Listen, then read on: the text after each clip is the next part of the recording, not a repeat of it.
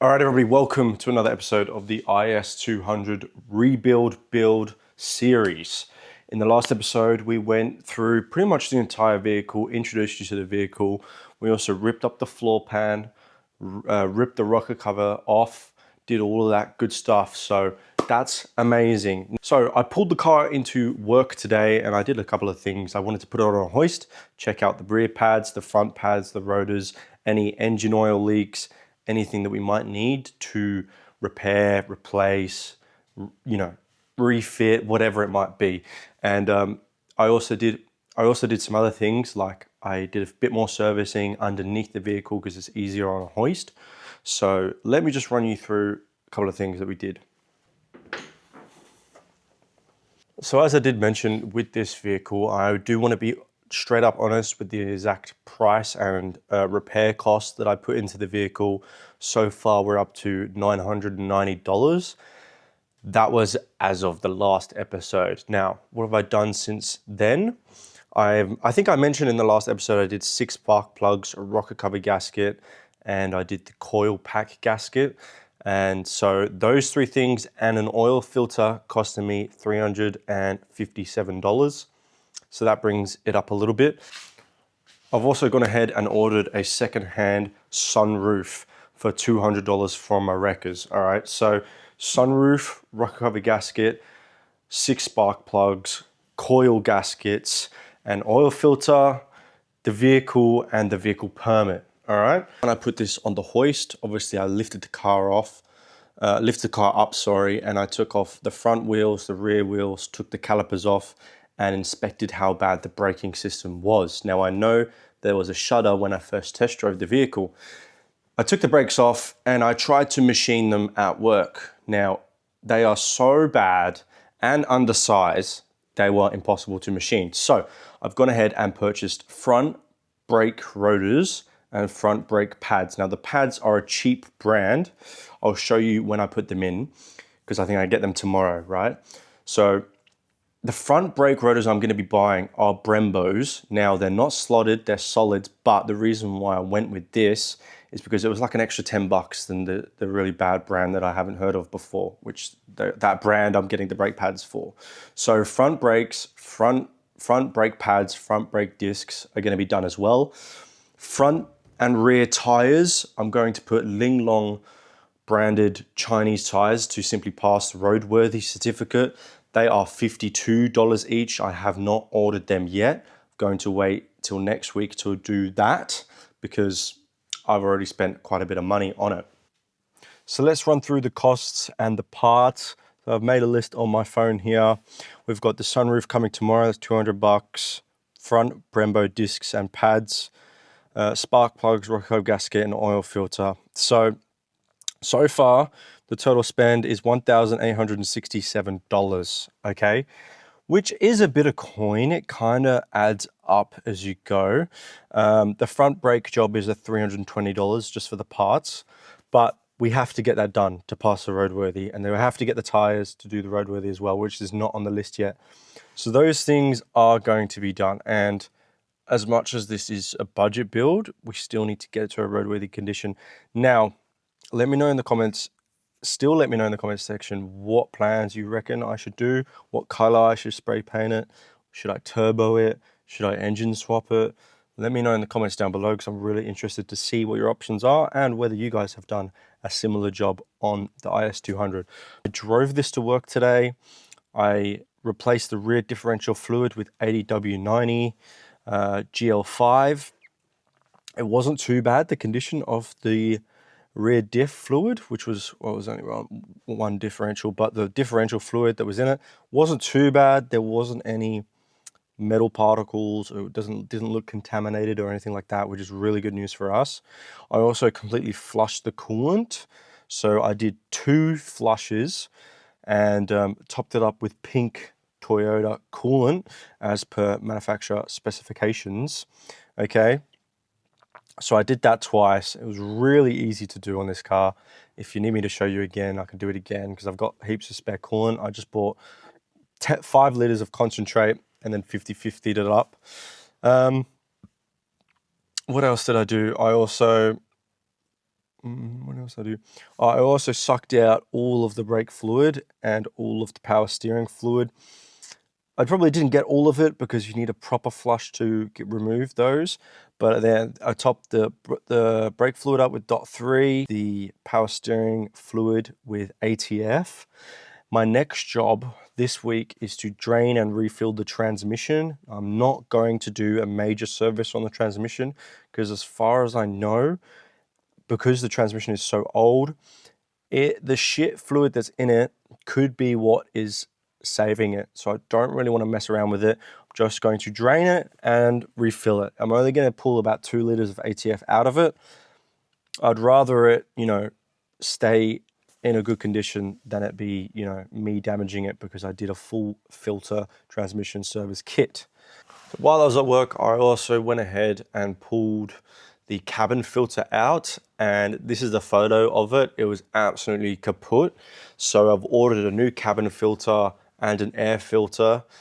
I haven't ordered them yet, but I'm going to get a new cabin filter, and I think I'm gonna wait until I get a new intake system for the air filter because I don't see the point. It does need to get replaced ASAP, but right now for the cabin pollen filter, whatever you want to call it, it was so bad. So I'm running a filterless system right now, which probably isn't good, but it's better than what it was, and it's only going to be for a day or two until I get the new cabin filter. What else? I'm also doing a shock treatment to the fuel system. So I'm using this product, which is called Dr. Fuel, and it basically says for old systems, you need to do 500 mil shock treatment 2 to 3 times. So my car's pretty much, the Lexus is pretty much on empty right now. And I put 500 mils of this Dr. Fuel in, and then I topped it up with about 5 liters of 98 octane petroleum. I've driven that all the way till empty pretty much now. I'm gonna do the same thing again. 500 mils of Dr. Fuel, 5 liters of 98. And when that's done, I can fill up the entire car with 98 or whatever fuel I want to use. I want to use 98, but obviously this is a budget build. I might use 91.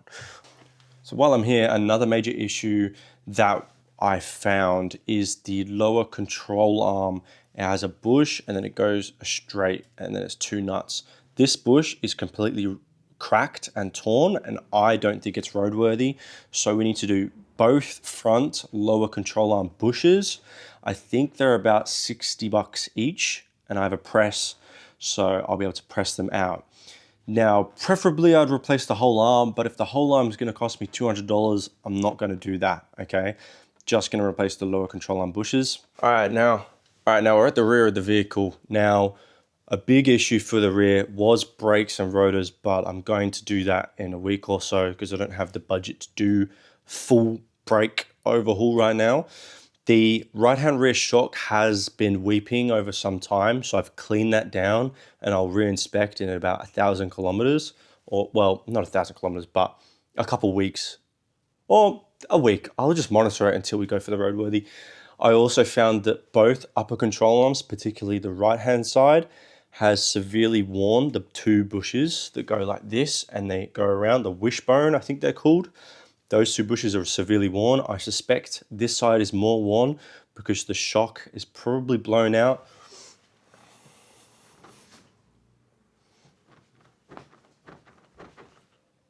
It's not too bad actually. So maybe just over time, it's probably never been replaced. So right hand rear upper control arm bushes, and I'll probably just do the other side while I'm there, just to make sure, the roadworthy guy doesn't spank me for it.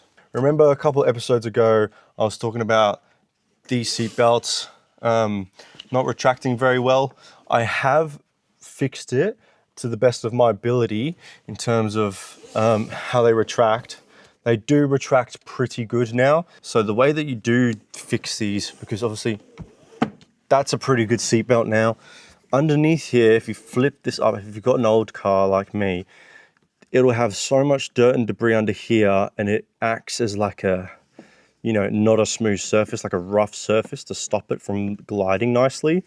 Another thing you can do is pull this all the way out and apply some lubrication or some WD-40 onto this so that it gets all the way down into the actual seatbelt assembly. So that's what I would recommend. I did that for the front. So yeah, that's pretty much an update what's going on at the moment. I'll come back when we have the sunroof and the front brake pads, and I'll try and show you me fitting them.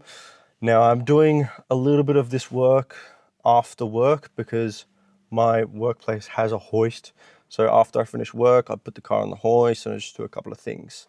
So I'll probably be doing the transmission drain and refuel at work just because I've got the hoist. I can do it here. It's not a problem doing it here, but it's just a little bit quicker, a little bit safer, in my opinion, if I have a hoist. But any major work that the car needs to stay overnight for or anything like that, I'm definitely going to do here, and I definitely will be able to show you on video. As you've seen throughout the video, I've posted photos of all the parts that I've been talking about on video for you to get an idea of what I'm actually talking about. But apart from that, I'm pretty happy with this car so far. It drives good, it gets up to temp good, doesn't overheat. Pretty sure the oil pressures are good. I've done an oil filter, an oil change. I've done a coolant flush. I've changed the brake fluid. I'm going to rechange the power steering fluid again.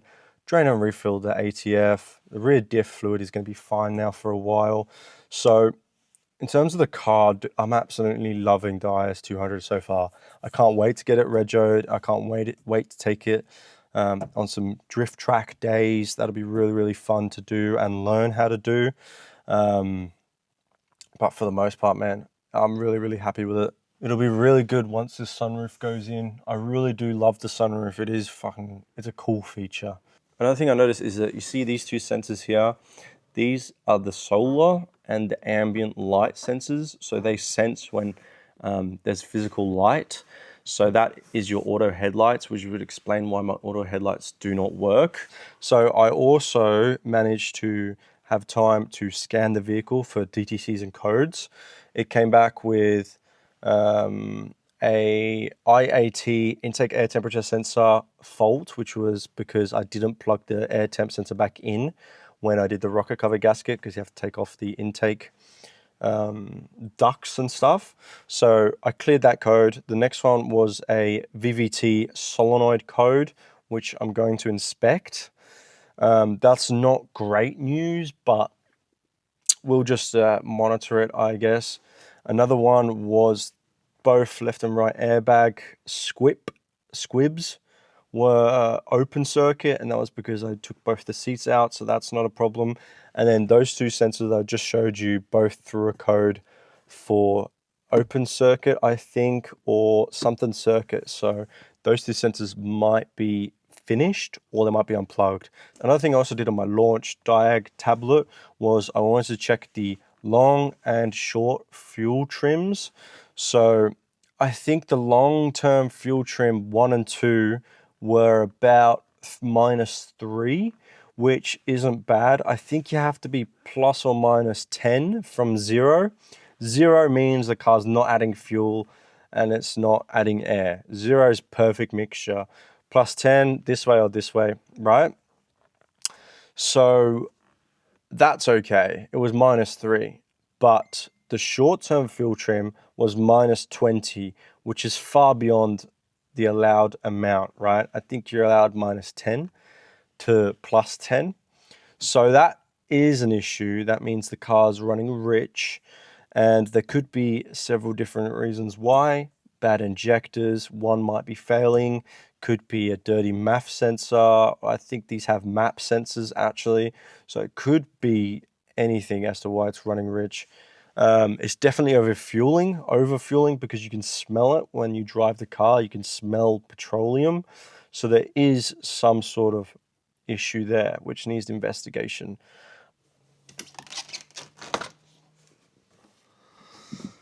I do wonder if you have to take off the entire fucking dash out to do that. Surely they thought about this. Hello, Daniel speaking. Yeah, hello. Hey, how you going? Good, you? Not too bad. What's up? You messaged me about the IS300. You wanted some parts? I need the front guard indicators, assemblies, fuel cap, as well. You might have the fuel cap. You Yeah. won't have the indicators. You won't have the indicators? Sold Okay. with the guards. All right, so couldn't really find how. I'm gonna have to do a bit of research on how to get to those two front sensors that are in the front of the dash. But yeah, that is the plan. I also need to buy wipers, so I need to do that as well. There's a few things on the shopping list, but we will slowly get around to them, and we'll slowly. Everything that we do, we're adding value to the car, right? That needs to be done. So, not really a bad thing. I mean, if I could sell this right now as is, with the sunroof and the brakes, I reckon I could get 3 to 4 grand at least. So we're already making money until we put, you know, 2 or 3 grand worth into the car, then we've made a loss. So far, we're sort of on a profit right now. So any money that I do put in, if I do end up selling it, I'm pretty much making money off. It's free money, right? It's just not my money right now. It eventually one day will be. But yeah, so $1,800 we're up to.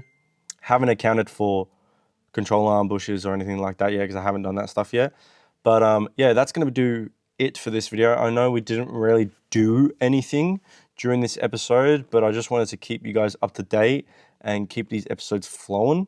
So, I am working on this car pretty much every day, all day after work and stuff and on the weekends. But yeah, it's really a race to get this roadworthy within a month because I don't want to pay for another permit. So that's how it is, guys. I hope you liked.